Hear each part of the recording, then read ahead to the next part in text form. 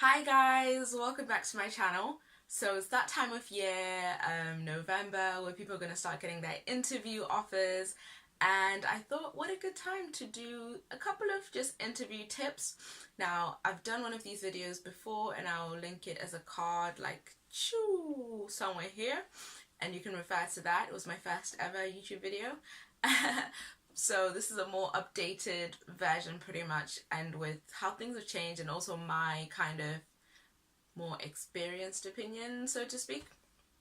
So first of all, first tip is know your personal statement. Still the first tip, because that's kind of what helped get you that interview. I know some unis, they only look at your UK CAT and let's say your predicted grades, and then they rank for interview that way. Other unis look at the personal statements, give them a certain amount of points, then look at the UK CAT, and then there's different formulations as to how unis decide whether or not to interview someone. But in most cases, the personal statement does play a big part. If not to get you the interview, then it might distinguish between you and the next person, who's the same as you, and they meet you both and they're like, oh, you guys are both okay, let's see whose personal statement was better. So know your personal statement. I would reread it a couple of times.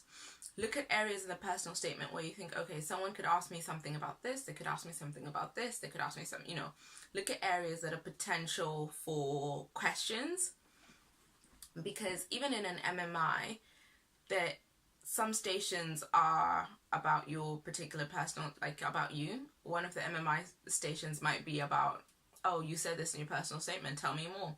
And of course, those of you going for classical interviews, well, you at some point are going to be asked about something in your personal statement. It is what it is.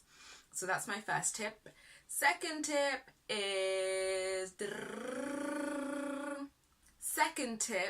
is know the uni. So is there something special about that particular uni that drew you to it?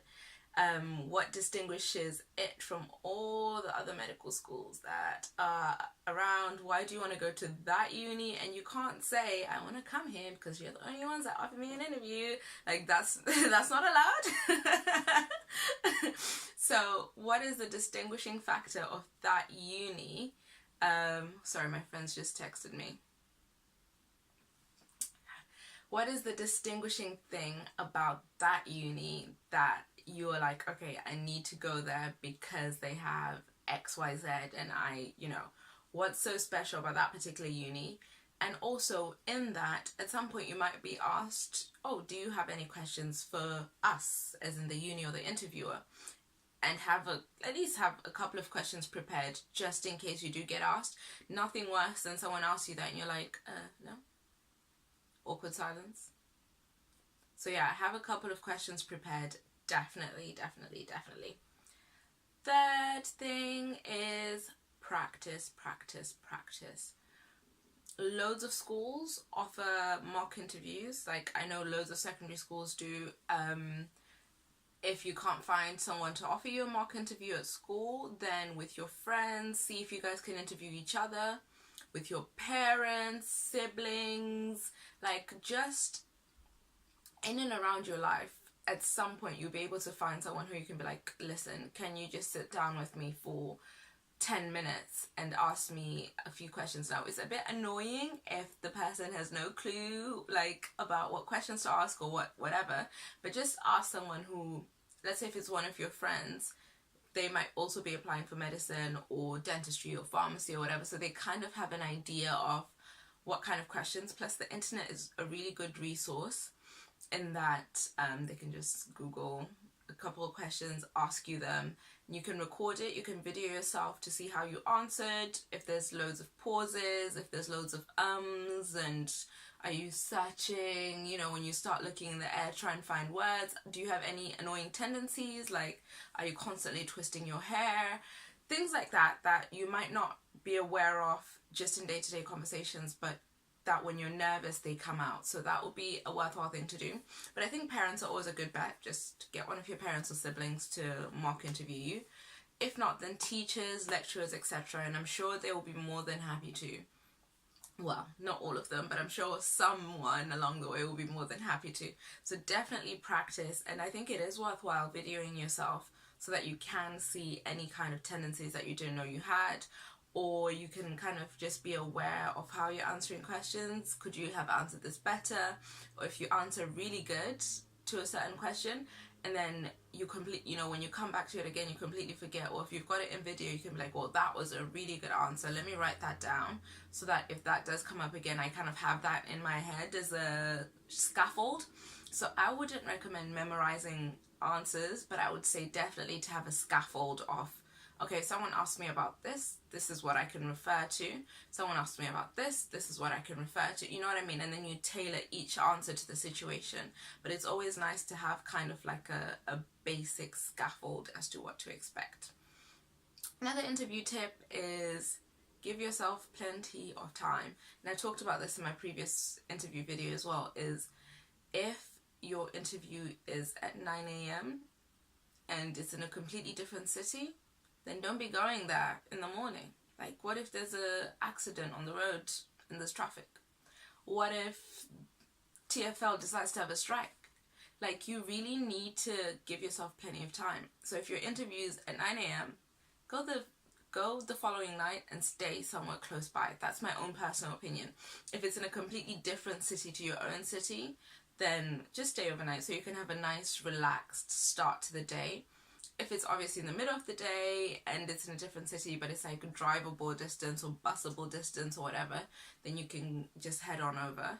I personally came like a day early and stayed a day after, just because. And even when I interviewed at Bristol, I went the day before.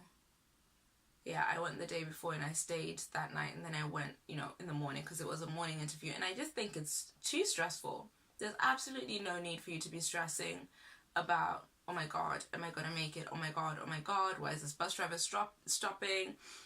And even if you're driving, then you start driving maybe a bit more recklessly than you should to try and get there on time. All these things are unnecessary when you could just stay the night before. Now, obviously, you could, if it's at 9 a.m., you could leave your house way early, but then again, you want to have a good night's sleep, you want to have a nice start to the day, you just want to get in the right frame of mind, I think, for an interview. So my personal opinion is, if you can help it, then stay.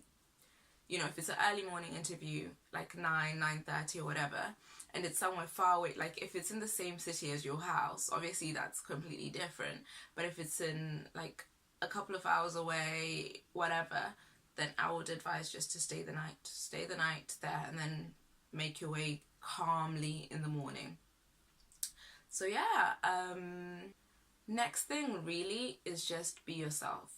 It's really difficult sometimes when you are in an interview situation and someone's asking you all these questions and you really want to impress because it's so important, but you need to be yourself, because the reason why you're at this interview is because you are yourself. You have to back yourself, have confidence in yourself that you being you is exactly kind of what you need. And we are the best at being ourselves. Like, no other Rumbi is as good as a Rumbi as me, because you know what I mean? So I think people trip over and fall when they try and be something else or be someone else. Just be yourself. Be yourself and you'll be absolutely fine. The answers will come easier. The conversation will flow better because you're talking about things that you truly relate with and you truly understand and you truly are, I think. So yeah, I think I'll end it there and say that's pretty much all the tips I can think of. I might do another video a bit later on in the interview season, but we'll see how it goes. If you guys have any questions, please comment below with them, any video suggestions, and please subscribe to my channel if you haven't already. Good luck to those of you that have already got interview offers, and all the best, fingers crossed, to those that are waiting on offers, and I'll see you guys in my next video.